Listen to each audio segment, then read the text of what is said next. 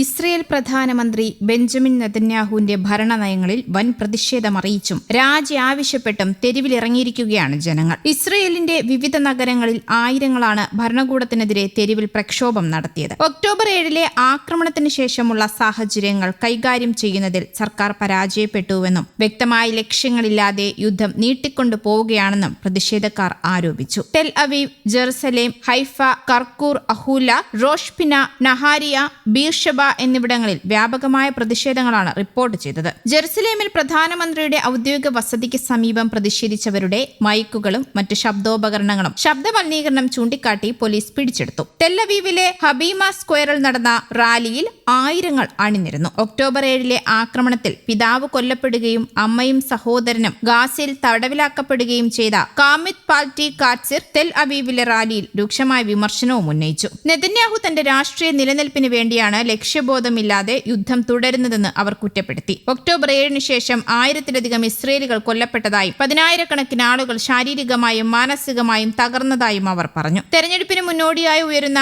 ദേശീയ ഐക്യം എന്ന വാദം ജനശ്രദ്ധ തിരിക്കാനും രാഷ്ട്രീയ സംവാദങ്ങളെ ദുർബലപ്പെടുത്താനുമാണ് ഉപയോഗിക്കുന്നതെന്ന് ഇസ്രയേൽ നാഷണൽ സെക്യൂരിറ്റി കൗൺസിൽ മുൻ ഡെപ്യൂട്ടി തലവൻ ഈറ്റാൻ എറ്റ്സിയൻ മുന്നറിയിപ്പ് നൽകി. ഹൈഫയിൽ നടന്ന മാർച്ചിലാണ് അദ്ദേഹം ഇക്കാര്യം അറിയിച്ചത്. US പ്രസിഡന്റ് ഡൊണാൾഡ് ട്രംപും ഇറാൻ പ്രസിഡന്റ് മസൂദ് പെസഷ്കിയാനും ഇസ്ലാമാബാദ് ധാരണാപത്രത്തിൽ ഒപ്പുവെച്ചതിന് പിന്നാലെ സ്വിറ്റ്സർലൻഡിൽ ഇരു രാജ്യങ്ങളും തമ്മിൽ നേരിട്ടുള്ള ചർച്ചകളും ആരംഭിച്ചിട്ടുണ്ട്. ഈ ഒരു സാഹചര്യത്തിലാണ് ഇസ്രയേൽ ആഭ്യന്തര പ്രതിസന്ധി രൂക്ഷമാകുന്നത്. നിലവിലെ സംഭവവികാസങ്ങൾ രാജ്യത്തിന്റെ സുരക്ഷാ തകർച്ചയിലേക്കും സൈനിക തന്ത്രങ്ങളിലുള്ള ജനങ്ങളുടെ അതൃപ്തിയിലേക്കുമാണ് വിരൽ ചൂണ്ടുന്നത്. അന്താരാഷ്ട്ര തലത്തിൽ നയതന്ത്രപരമായ വലിയ മാറ്റങ്ങൾ സംഭവിക്കുമ്പോഴും സ്വന്തം രാഷ്ട്രീയ നിലനിൽപ്പിനായി പ്രധാനമന്ത്രി യുദ്ധം നീട്ടിക്കൊണ്ടുപോകുന്നു എന്ന ആക്ഷേപം ഇസ്രയേലിൽ വലിയ തോതിലുള്ള ആഭ്യന്തര രാഷ്ട്രീയ പ്രതിസന്ധിക്കും ജനരോക്ഷത്തിനുമാണ് വഴി തുറന്നിരിക്കുന്നത്. അതേസമയം പശ്ചിമേഷ്യൻ പ്രതിസന്ധി കൈകാര്യം ചെയ്തതിൽ തങ്ങളുടെ ഭരണാധികാരികളുടെ നിലപാടുകളിൽ അതൃപ്തി രേഖപ്പെടുത്തി ഇസ്രയേലിലെയും അമേരിക്കയിലെയും ഭൂരിപക്ഷം ജനങ്ങളും രംഗത്തെത്തി. അടുത്തിടെ പുറത്തുവന്ന 2 വ്യത്യസ്ത സർവേകളിലാണ് ജനങ്ങൾ ഭരണ നേതൃത്വങ്ങൾക്കെതിരെ രംഗത്തെത്തിയത്.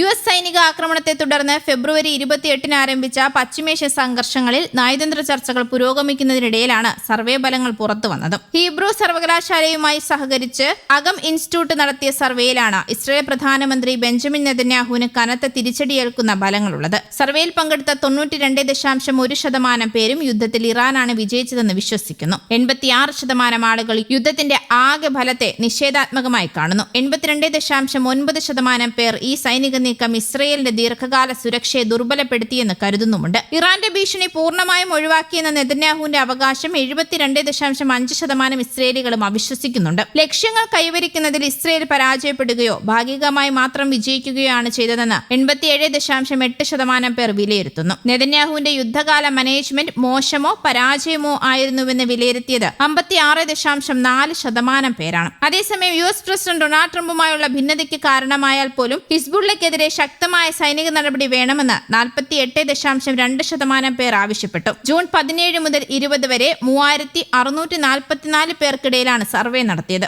അതേസമയം associated press Knox centre for public affairs research നടത്തിയ സർവേയിൽ അമേരിക്കൻ പ്രസിഡന്റ് ഡൊണാൾഡ് ട്രംപിന്റെ ഇറാൻ നയങ്ങൾക്കെതിരെ 65% ജനങ്ങളും അതൃപ്തിയാണ് രേഖപ്പെടുത്തിയിരിക്കുന്നത്. News desk, Kerala Kaumudi.